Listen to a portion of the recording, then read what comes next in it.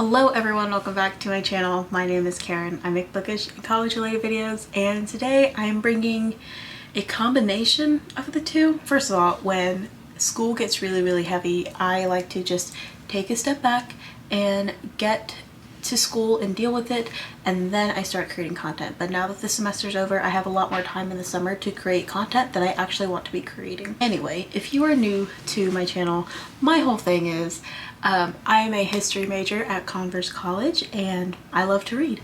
There is a video on my channel from a year or two ago where I tier ranked all of the books for a history class that I took called Women in Asian Africa. This video is going to be structured the exact same way. I will go in order of the books that we read for this class, but I won't talk about the films that we watched, but we did watch 4 films and they were all pretty great. I will be referring back to all of my discussion notes and journals when providing my commentary, and I will tier rank the books, and the books within each tier aren't ranked in order, so there's no like specific order, but I will talk about like my number 1 book and my last book at the very end of the video. So instead of Women in Asian Africa, I took a class called the Civil Rights. It was a history class all about the 50s, 60s, 70s civil rights movement.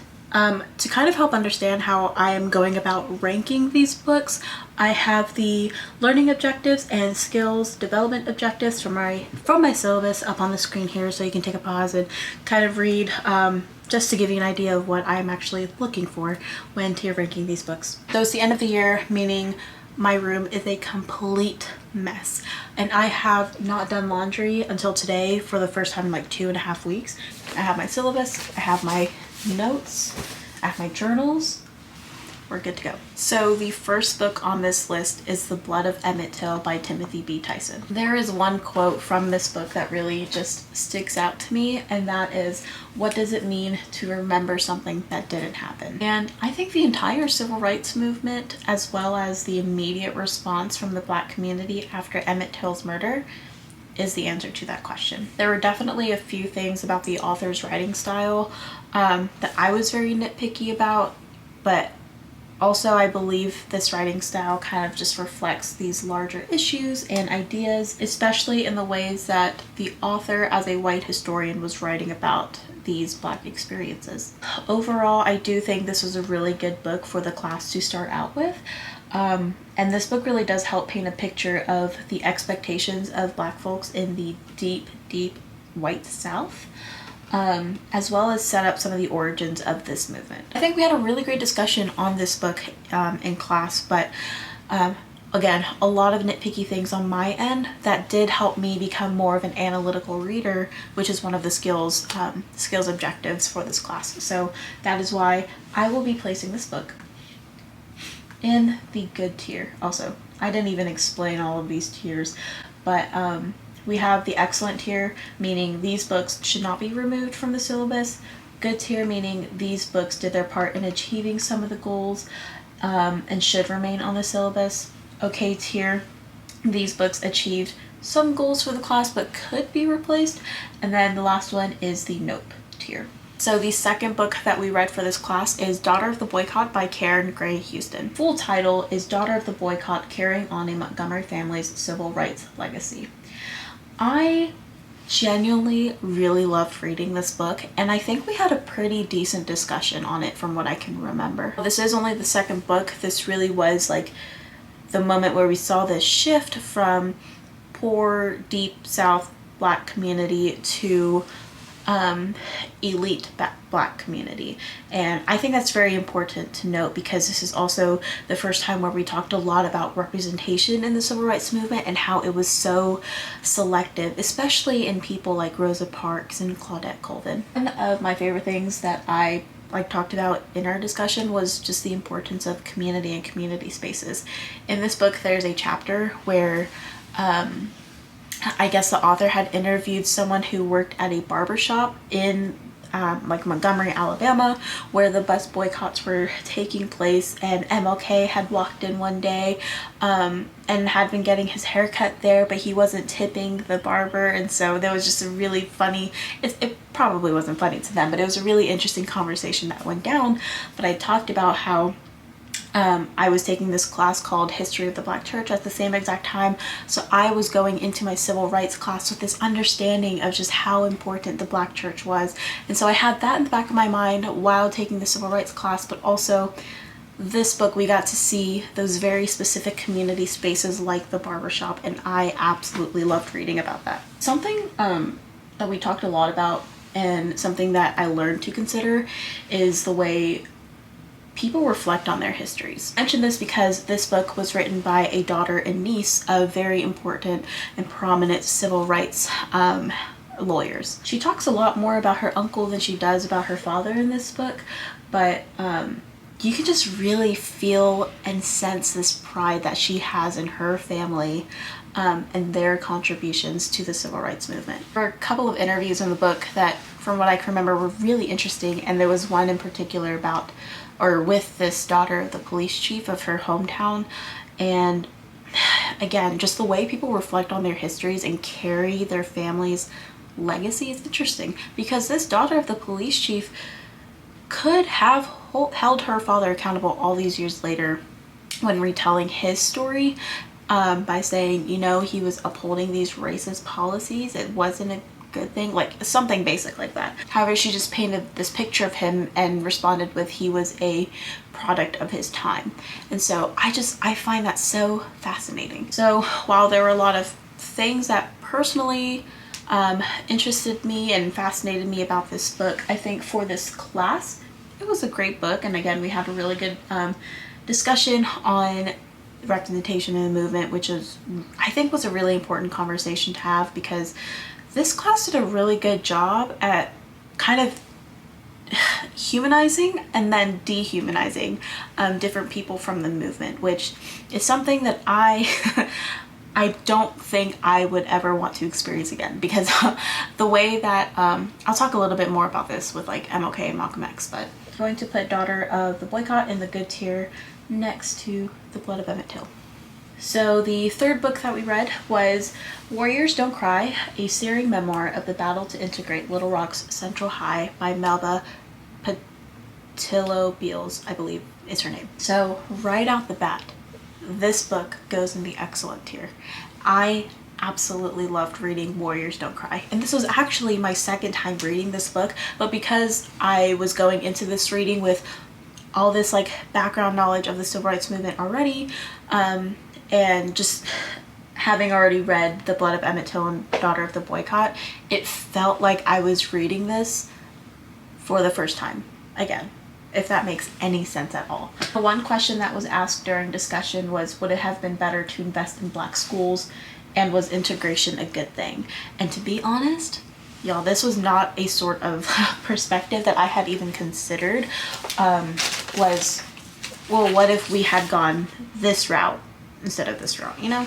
Also, I will just say, I went into all of these readings and discussions with a very Gen Z, post-movement, military child, college educated perspective.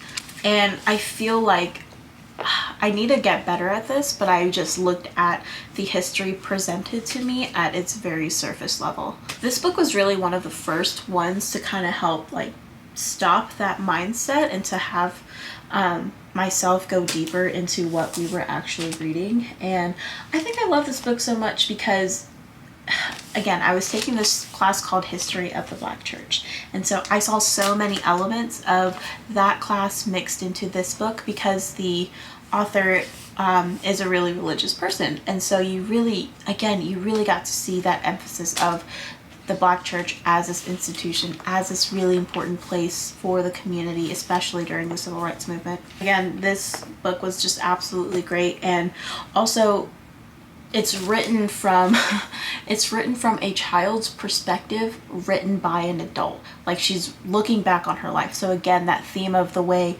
people perceive their own histories is brought up again in this book, or at least not directly, but that's kind of what I got from it. And again, I just find it so fascinating on the ways people reflect on their own legacies and their histories. Interesting. Let me put this in my excellent tier real quick. The next book that I want to talk about is let me get to it. The Price of Defiance, James Meredith and the Integration of Ole Miss by, who is it written by? I have no idea who it's written by, but it's about James Meredith. So to be quite honest with you, this book is going to go straight into the okay tier. And I think this book should be replaced by another book. You know, it did a really great job at providing so much detail. Y'all, the book is literally like, it's literally this thick. It is a huge book. I probably would have never picked it up outside of this class. Again, it did a great job at painting all of the details as well as painting the state of Mississippi at its time. Like the book literally opens up with this image of, what was it? It was this image of this magazine cover with like Ole Miss students on it. And it was so reminiscent of the way The Blood of Emmett Till opened up, because it talks about Carolyn Bryant and like how beautiful she was, blah, blah, blah, blah, blah. So again, it paints this picture of what the White South was like. And I really like the way these books opened up. And so I think with the way this book was written, in our discussions, we had a lot of questions dealing with the like effects of certain parts of the movement, as well as questions about like how did a set of certain people respond to certain things. Like those were the types of questions that I remember from our discussion. However, I'm going to say that this book is going to be placed in the okay tier because it did not enhance my understanding of the civil rights movement as much as the other books did. Like it was so just like factual and detailed. It was just all there, but it wasn't, I guess, emotionally pulling in the ways that like Warriors Don't Cry or The Blood of Emmett Till or Daughter of the Boycott was. And you know, I can totally understand why the integration of an institution like Ole Miss, University of Mississippi, is important. I totally understand that. All throughout this course, we have seen the different ways education was used as a tool of oppression or weapon against the Black community. And so, of course, I understand why the integration of Ole Miss was important. However, this book was just way too damn long. I think if this book was taken off the syllabus and was replaced with a book that talked a lot more about women and or children and or other college-aged students during the movement, I think that would have been a lot more beneficial for students like me and students in my class. All right, so where did that go? Price of Defiance, going right into the okay tier. The next book that we read was Freedom Summer, The Savage Season That Made Mississippi Burn and Made America a Democracy. That's a heck of a title. Look at how extensive. These are my discussion notes. So sometimes I'll write like notes when I'm reading and then I'll just like write around it. But this was a great class. This was a great discussion day. I think I just like blacked out during discussion because I did speak a lot more times than what I usually would in a night for this class or any of my classes. And so I know that because I keep track of how many times I discuss in class. I have tally marks at the top of my page because that's how many times I spoke. Every book that we read for this class, except this one and maybe the last one, had this very like historical perspective to it. Like it was just history, it was details, it was facts. I loved how poetic, and I just love how poetic this book was, this writing was, and how it flowed. I loved the writing. I think this is because we have spent the last like, what was it, 4 or 5 weeks reading these just very historical books, especially after Price of Defiance. Like I want a break from all this historical writing. I mentioned this in class, but freedom music had a big role in rallying the community together during the civil rights movement. And so I think this writing style reflects the way that freedom music was important. Like I love the poeticness and the way freedom music flows during the movement the same way this writing does. And so like how this writing style reflects bigger issues or the movement is the same way Timothy B. Tyson's writing reflects this larger issue in the ways that he was writing. So when I say that, I mean there were just some ways that he described certain people that I did not like, because in a way it could be so demeaning. It could be so demeaning. It could have been read sarcastically. I know it wasn't, but it didn't add any value to what he was trying to portray in the ways that he describes certain people in the book. So that really did bother me. But anyway, let me get back to this. One of the discussion questions for this book was, did idealism in the movement amongst these eager college students help or hinder the movement?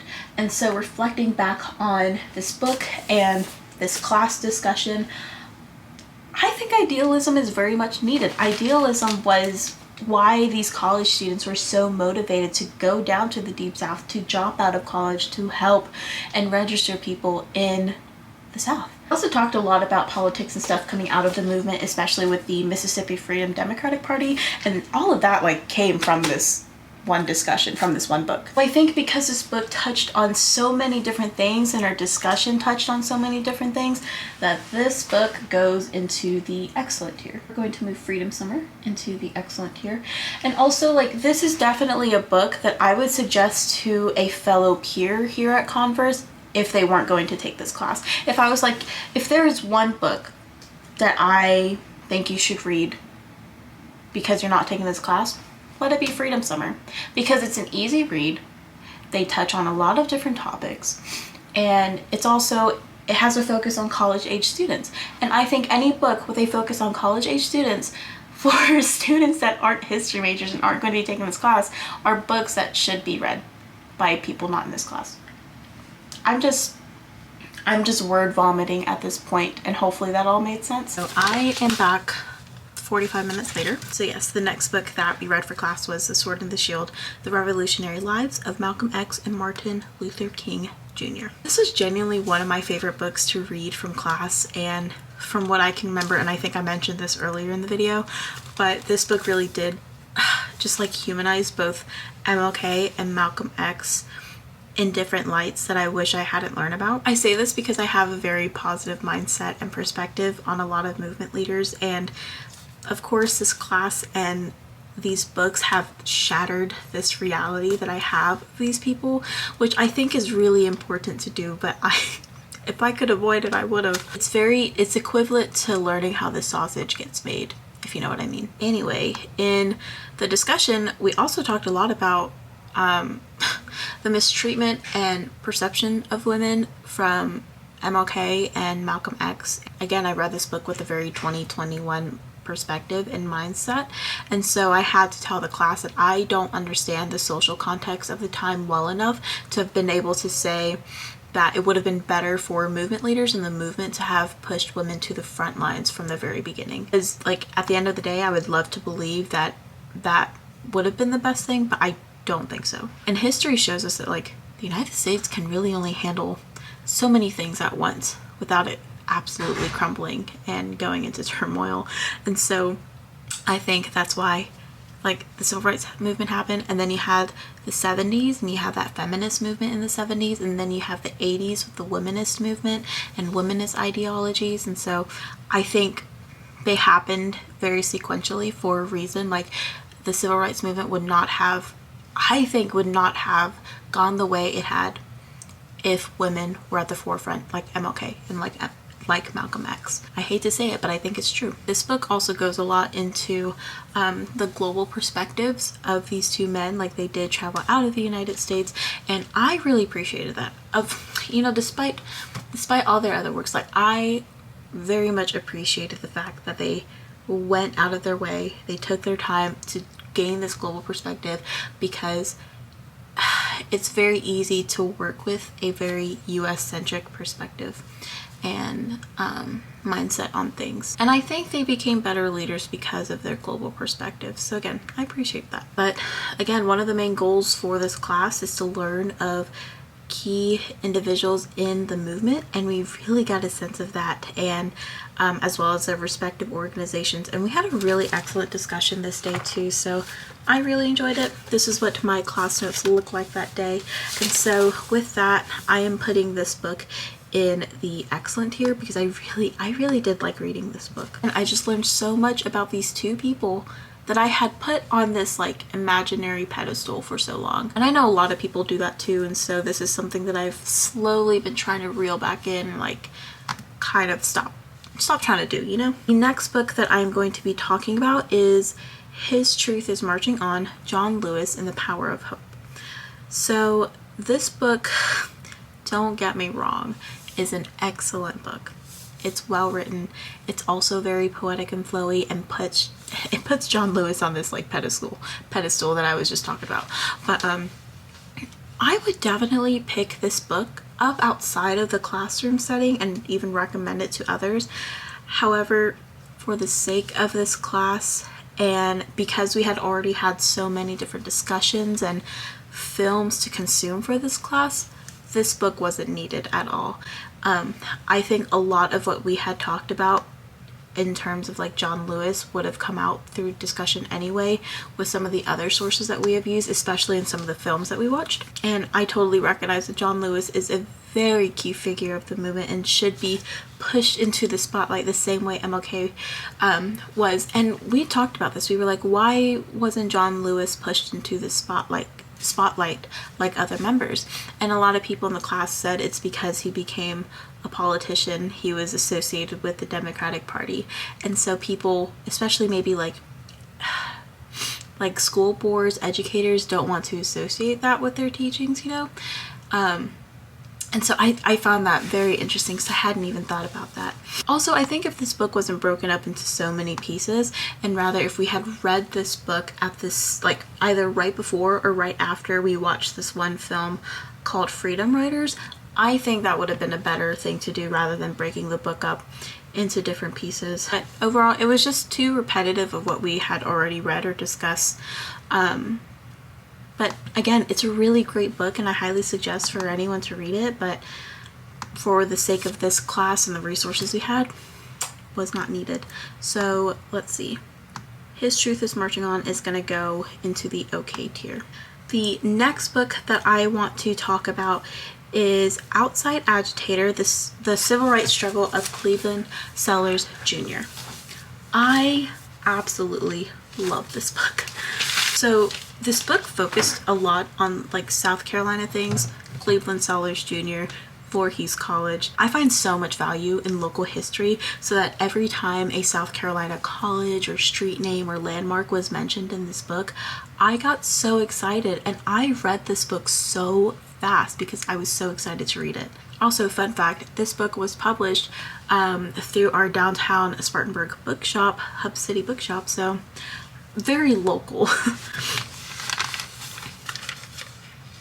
Anyway, this book goes into the excellent tier. This is another discussion day that I think went pretty well, and our discussion leaders also did a really good job with these questions, and I really did enjoy it.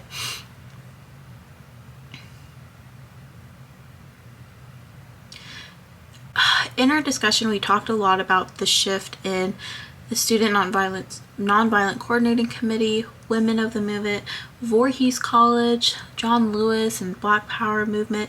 And so I think when a book like Daughter of the Boycott, I think, did this, when a book can bring about so many points of discussion, that's how you know it's a good book, because it touches on important aspects such as key figures, Cleveland Sellers Jr., and then you have all these other things to it. So I think a lot of my classmates went into this book thinking that it was going to be all about the Orangeburg Massacre. It's literally called The Civil Rights Struggle of Cleveland Sellers. So I went into this book thinking that it was just going to be about Cleveland Sellers and then little bits and pieces of the Orangeburg Massacre. So I think because some of my classmates went into this thinking it was going to be one thing, they were so upset and disappointed that it wasn't, and that's why they did not like this book. So again, like I mentioned so many times before, one of the main goals of this class is to learn about key leaders of the movement, and I think this book did a really great job at that, as well as showing the ways this movement failed a leader. Sellers had faced a lot of rejection for something. From what I understand, he didn't have a direct connection with Orangeburg Massacre, and so I love this book, and I had planned on already picking it up, and so when I saw that it was on the syllabus, I was like, oh, excellent. This book, Outside Agitator, is gonna go into the excellent tier for me. I definitely walked out of class on this day and didn't come back because I did attend a Black Lives Matter vigil on class, and so this class really did teach me the importance of using your voice and your platform, and the importance of community, and all of that was said and done at this vigil. I wasn't there for the second half of the discussion, but for the first half that I was there for, it went really well. So the next book that I have on my list is The Shadow of the Panther, Huey Newton, and the Price of Black Power in America. And so I genuinely think this is a really great book. A lot of my classmates didn't like this one, and so I feel so weird whenever I say that, because there are a lot of books that I really enjoyed that my classmates didn't, which I find so interesting. This is one of the only books that we read that really touched on like the Black Power movement and Black Panther Party, and so from what I can remember, this book did a really great job at providing a lot of detail to all sorts of people and organizations. And in class we talked about whether there should have been more information or more of a focus on other chapters of the Black Panther Party in other cities, and I think there was a mixture of answers, but I think that I went into this book understanding that it was going to be about Huey Newton and his surrounding environment, people surrounding in his in his bubble, not necessarily like in other cities. And so I was totally fine with reading a Oakland centric story, and especially since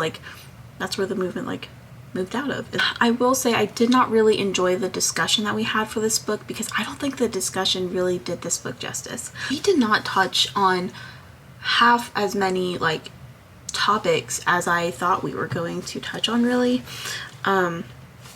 Again, this book did a great job at kind of just explaining the work of the Black Panthers and the legacy of Huey Newton, but there were so many small details in this book that I loved reading about, and these small details are the reason why I'm a history major, because there's so much history out there that I don't know, and I am upset that my brain is not big enough to hold all of that in, as well as the fact that I don't have enough time to go through all of that history. Anyway, tangent. There was this really small detail where one of the founders was actually an Asian man named Richard Aoki, and he provided a lot of the weapons and guns for the Black Panther Party. That is a topic of discussion I would have loved to talk about, is the way the Black Panther Party utilized and collaborated with other minority groups to get their party together. There was so much about that in this book, but we did not talk about that in class, so I think that kind of hindered the book for me because of the lack of discussion. But I recognize Richard Aoki. I did research on this man. He committed suicide in the early 2000s or 2010s, and he laid out his Black Panther uniform and a military uniform. I think he laid them all out, and then he committed suicide. I don't know. I find all of these little details so fascinating and worthy of discussion, especially the fact that the Black Panther Party had collaborated with so many other groups. And so while we did have an interesting discussion, I don't think the discussion served this book justice. I really like this book. I was so excited to read about the Black Panther Party, the Black Power movement, and so I'm putting this in the I'm putting this in the good tier, because I think if this book is replaced with another Black Power, Black Panther book, I think that would be good. Or if it was Shadow of the Panther and another Black Panther Party book, maybe a book about women in the Black Panther Party, because there's probably books out there. I have to look, but there's probably books out there.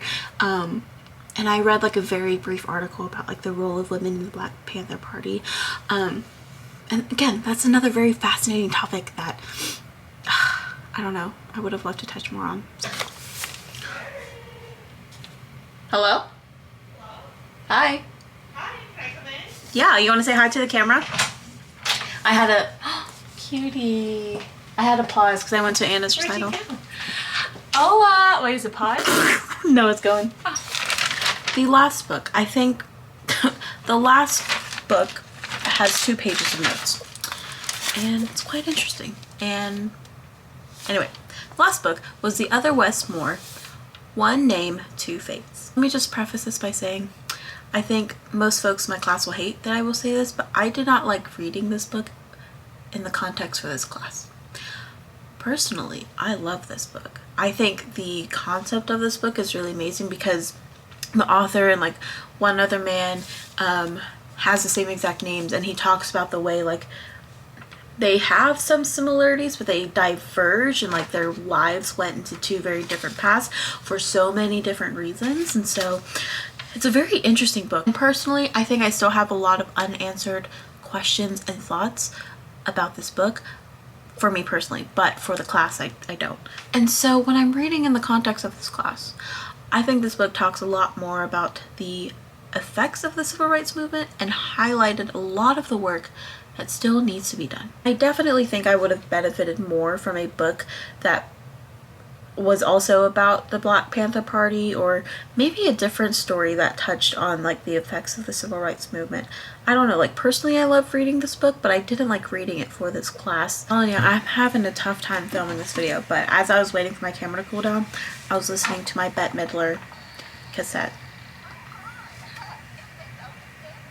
I love this so much. I love Bette Midler. Let me put this in the okay tier. It's very, oh, this is very balanced. I hadn't realized like how balanced my rankings were. Again, you know, I just think if there was another book talking about the Black Panther Party, or maybe another, the other Westmore did not conclude this civil rights class for me in the way that I hoped it would.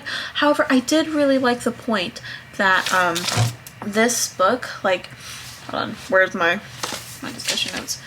Of all the books that we read, like this story, like it was from the perspective from within the Black community. And then we talked a lot about like economics and how like class within the Black community creates racism within the community.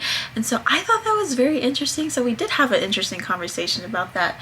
And again, this is just, this book really did just reflect like the work that needs to be done still, even just years after the civil rights movement. And so maybe if we had read a book dealing with a movement from today, maybe like Black Lives Matter today, I think that also would have been a great discussion, especially with like the comparing and contrast questions that we get a lot. But anyway, I don't know, it's just, this is not my favorite read. I have no books in the nope tier. I genuinely believe that all of the books that we have read were good for the class, except the other Westmore. I think all of the books were good for our class, and we had great discussion, but ultimately it came down to how well the discussion went, because I think I did change my mind on a few of these books halfway through our discussion, and I was like, oh, you know, I hadn't considered that perspective or that point. And so discussion really did kind of enhance the actual books for me. So I mentioned earlier that there's no definitive ranking in between like each tier itself. However, my #1 favorite book is Warriors Don't Cry. Then my last book would be His Truth is Marching On. It takes a very strong person to be able to take this class, because you will read about things you wish you have never heard, you wish you have never visualized in your head. And so while everyone should take this class, not everyone can take the class. So that is my take on tier ranking the books that I read for my civil rights history class. Definitely check out some of my other history related videos that I have on my channel. Anyway, I hope you all enjoyed. If you did, please give this video a thumbs up and please subscribe, and let me know if you read any of these books and how you like the books. And if you were in my class, let me know what your rankings or your list of books look like, because I'm always curious as to how other students rank the books as well. But I hope you all have a great rest of your day. Bye everyone.